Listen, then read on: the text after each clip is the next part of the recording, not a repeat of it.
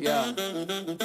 I'm not gonna lie, darling, had fun on Yagi, her brain fried. Então a gente chega agora no Daninho, né? Do Daniel Macedo. Exatamente. Cara que eu fui conhecer, eu realmente eu não lembro em que momento que a gente se conhece.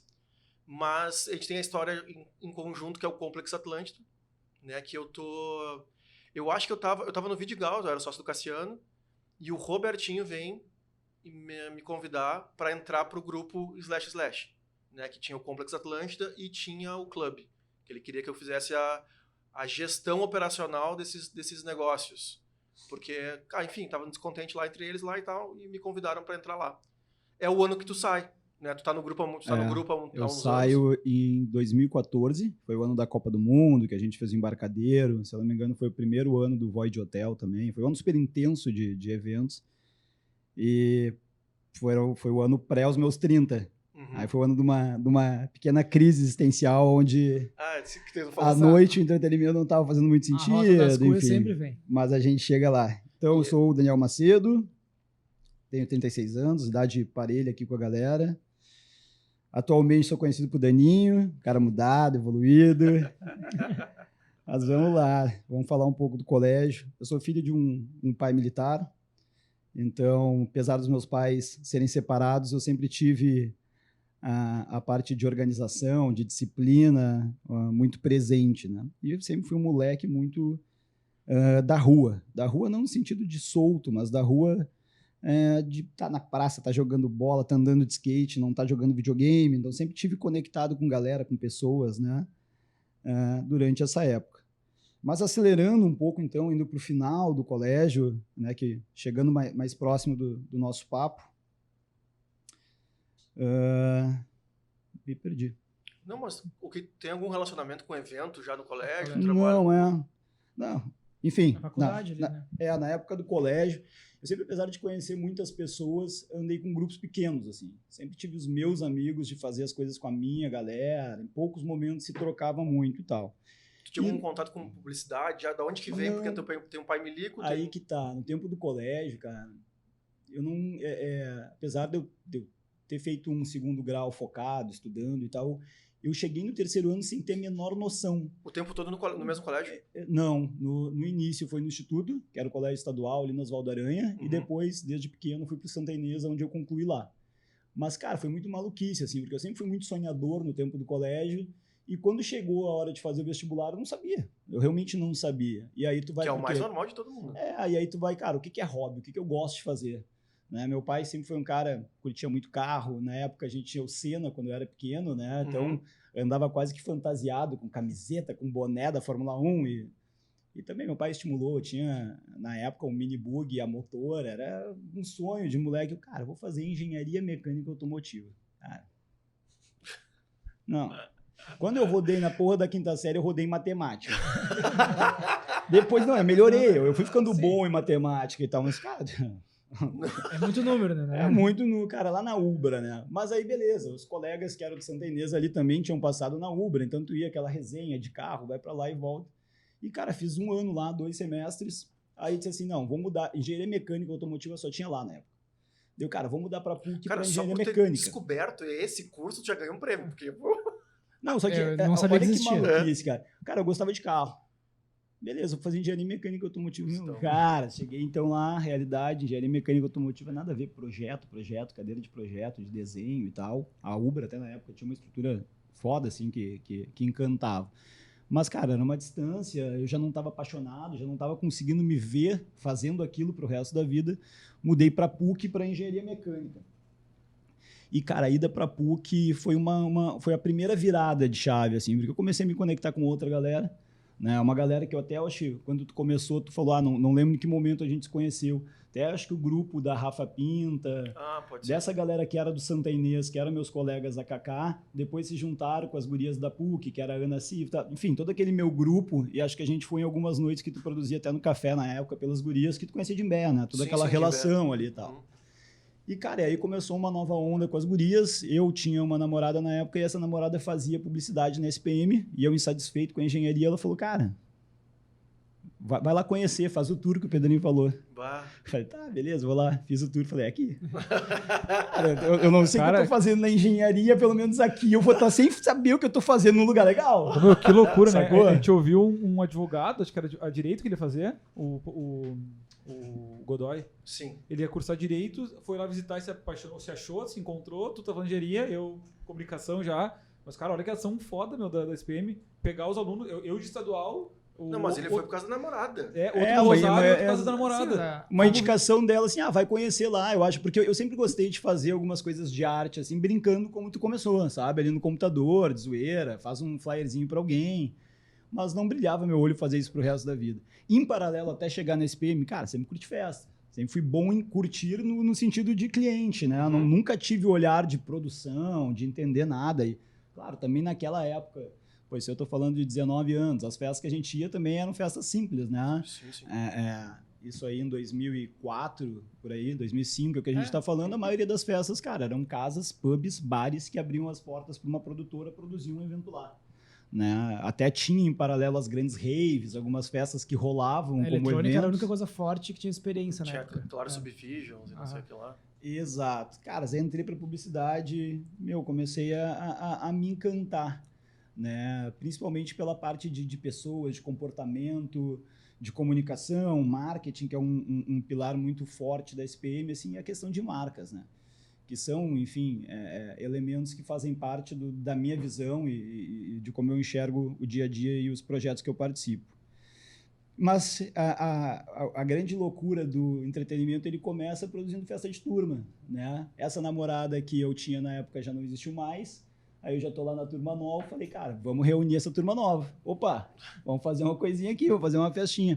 Eu nunca fui de proporcionar festas, porque sempre morei num apartamento relativamente pequeno, sem condições de fazer grandes festas e tal. Mas aí chegou lá na SPM, eu falei, cara, vamos achar um bar, vamos achar um lugar. Tem um irmão meu que, enfim, que fez parte da história do Sul, e se eu não me engano até foi ele que puxou, que é o Diogo. Cara, consegui um pub, descobri um pub, vamos fazer uma arte, vamos fazer uma festa lá. E, cara, começou na brincadeira de fazer para turma. A segunda edição já não era mais para turma, já era para turma e os amigos da turma. Mas, cara, começou desde o início com uma visão de nicho. A gente, desde o início, cara, era uma festa de rap, né? Tinha isso muito claro, e não era uma festa de sinal aberto. Era uma festa para convidar poucas pessoas, mas as pessoas que a gente queria que estivesse lá. E tu vê que doideira, né? Porque nesse momento, cara, a gente fazia para se divertir. Não existia a menor expectativa de ganhar R$1 da festa. Se ganhasse, a gente ia torrar tudo na próxima festa para fazer a festa, né? E até profissionalmente, nessa época, eu nem lembro com o que eu trabalhava e tal. Na época, acho que depois até os eventos viraram minha única ocupação, assim, em paralelo com a faculdade. E aí, cara, isso foi em 2007, tá? Que era o The Kings of Rap, que era no The Kings na Auxiliadora. Esse pub não existe mais. Cara, aquela coisa normal para a época, a gente foi crescendo e aprendendo. O mundo da noite era muito, muito sacana com os novatos, com os bobos, assim, né? Cara, ganhava um percentual da porta, daqui a pouco aquele percentual já não batia, porque tu não tinha um contador do que estava na porta, aí o consumo que tu pegou estava dobrado, era, cara, aquelas coisas assim, lógico. É aquilo que eu falei da velha guarda, assim, aprendi tudo que eu não quero, mas tudo que eu não quero fazer, porque... Mas a gente estava ali, estava tudo certo, beleza. E aí, cara, eu não me lembro muito bem a evolução desse projeto, tá? De que maneira a gente se juntou para criar o do Sul. O do Sul, na época, não era uma produtora, era muito mais uma confraria, uma união nossa, sabe? Um nome do nosso grupo, da nossa crew. E, enfim, depois, claro, eu, o Diogo, o Teófilo, que somos os três que criaram, a gente tem até uma tatuagem do Sul, mas não por ser algo que represente uma empresa, mas a gente sempre brincou, cara, nosso seguro de vida. Dos três, um vai estar bem sempre.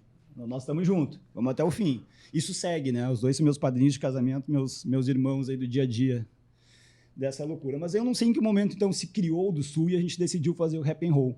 Mas, cara, o Rap and Roll, ele já nasce com uma outra roupagem, ele já nasce uma marca desde o início. Aí, cara, vou citar vários nomes que fizeram parte conosco, desde o meu irmão, o Gamba, o Fausto, o Conrado. O Conrado estava desde do The Kings. E o Fausto, cara, virou nosso sócio na época. O Fausto já morava sozinho e até a produtora, o do Sul, virou a sede na casa do Fausto.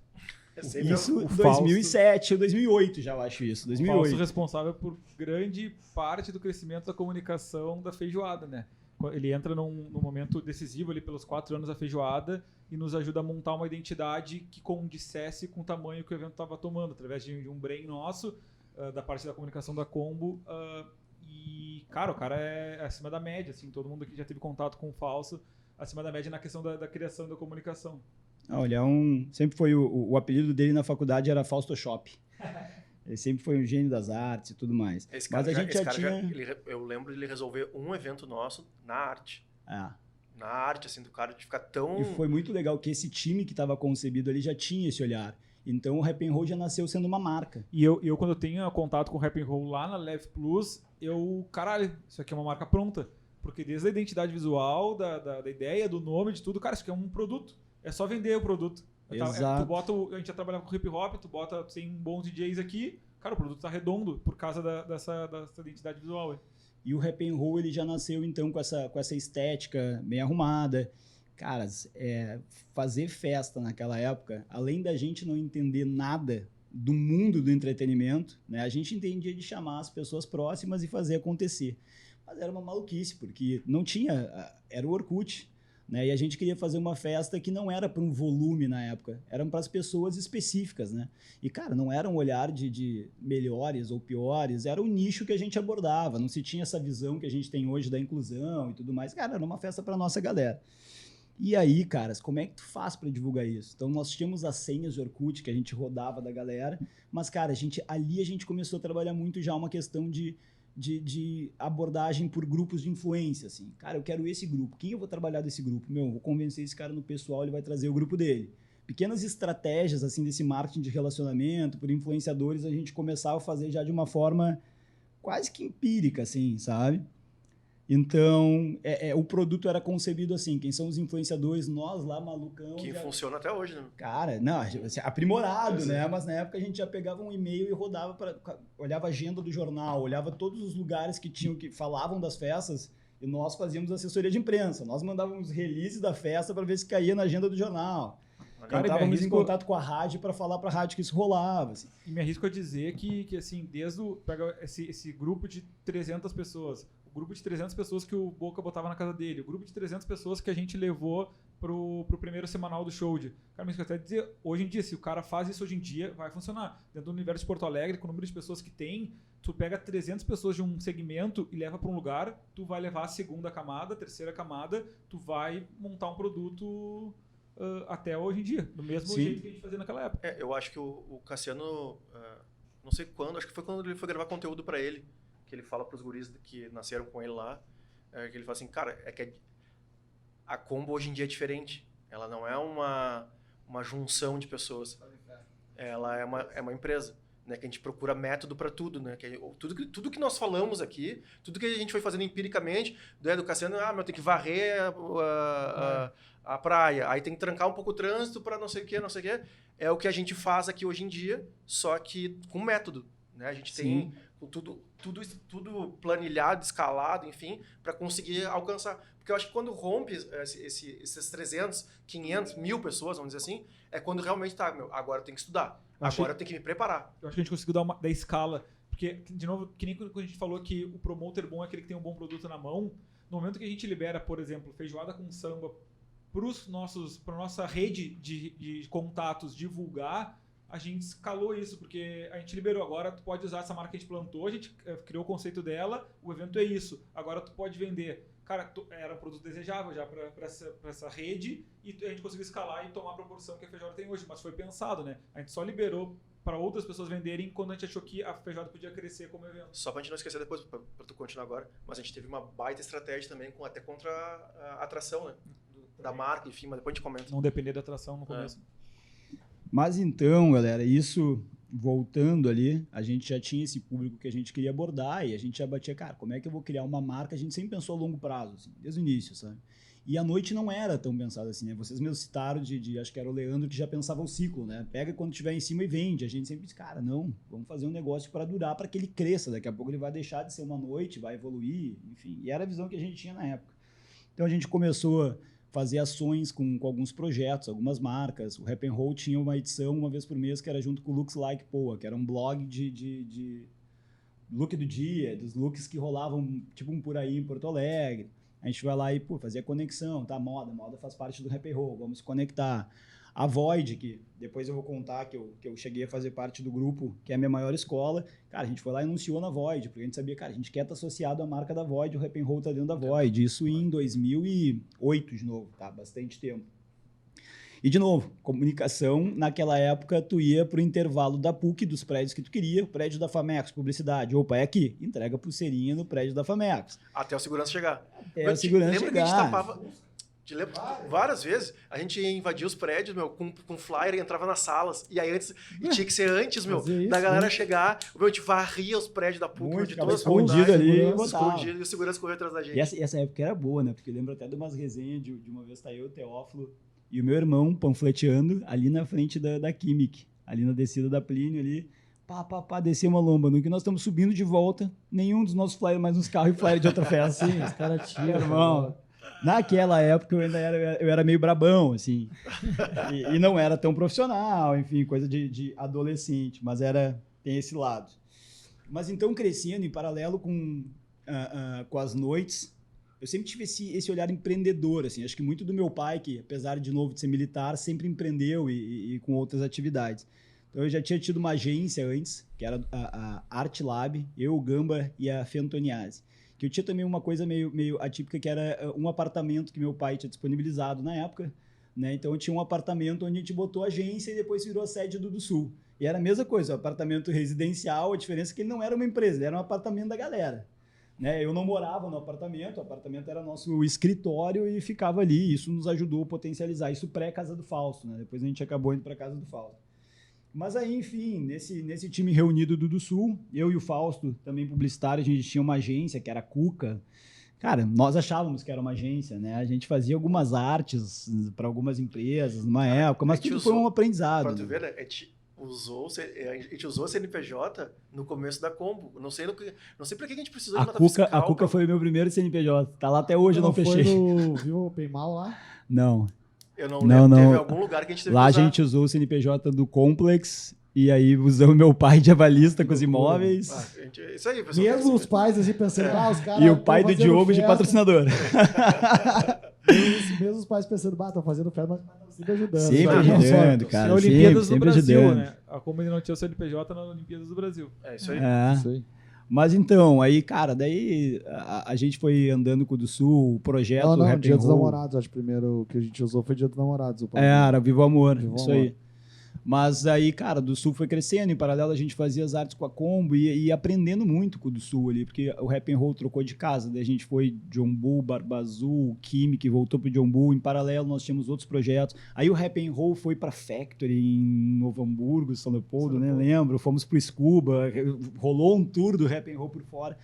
E aí, em paralelo, a gente tinha outro projeto, que era o Sagrada Comédia, que era o nosso projeto de stand-up, que era no John Bull. Foi ali que eu conectei também com a galera da Perestroika, na época que tinha o show deles, que era o Balalaica, mais um show de improviso. E, cara, a gente foi fazendo e foi curtindo e foi muito bom, assim, era uma época muito saudável, né, com vários amigos, numa energia boa, criando, entendendo. Cara, chegou no momento, sei lá, 2009, que começa a rolar algumas crises, assim. Não lembro quem, acho que o Diogo já estava envolvido com a Cria, que é o estúdio dele, o Theo foi cuidar da fazenda, dos negócios da família, e eu comecei a ver, cara, que futuro tem isso aqui?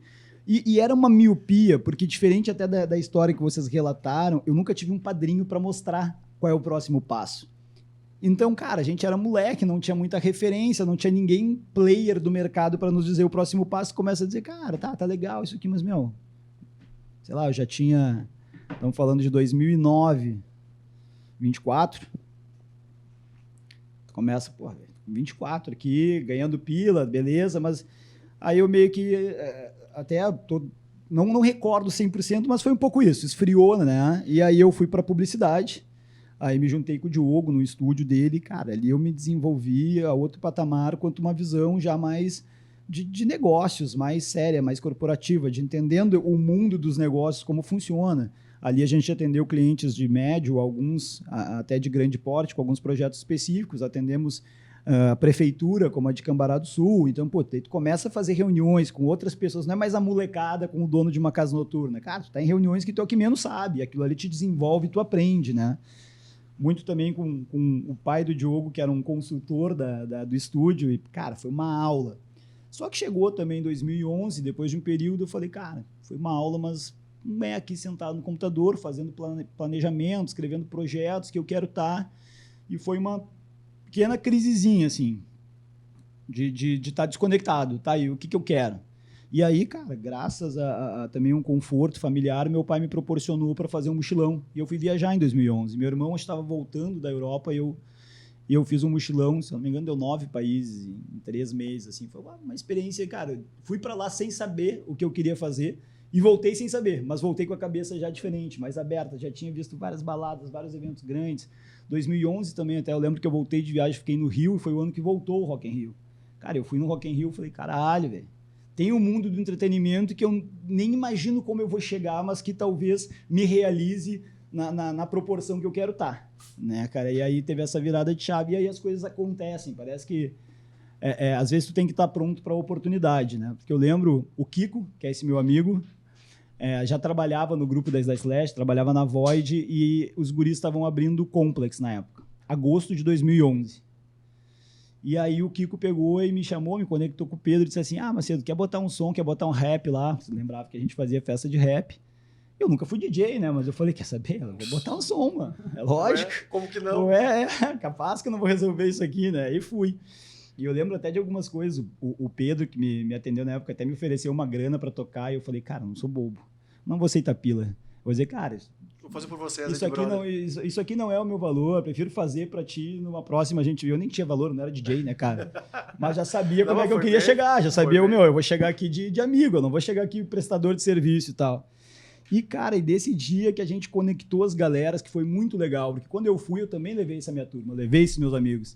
Então é massa, tu vai lá, tu vai botar um som no lugar e tu leva uma galera que é energia pra caralho, que é vibe, os caras dizem assim, opa, peraí, tem alguma coisa aqui que faz sentido, né? E essa foi o momento que eu entrei na Slice Slash, cara, aí sim o momento que eu evoluí no mundo do entretenimento, de ter uma visão, o tamanho e a dimensão que as coisas existiam. A Slice Slash, na época, era um grupo, dono do Complex, que estava abrindo, dono do Clube 688, junto com o Robertinho. Tinha uma rede de loja, que era Tou e Tawin, depois virou só Tou. A EZE, que era uma agência de marketing promocional, né, gerida pelo grupo, um festival que era o Meca, e acho que relevante, acho que eram esses os negócios. A revista, né? Assim. E a revista Void, claro, né? A Void não tinha as lojas ainda, e a Void. E, cara, me surge uma oportunidade para trabalhar nesse grupo, eu falei, caralho, meu,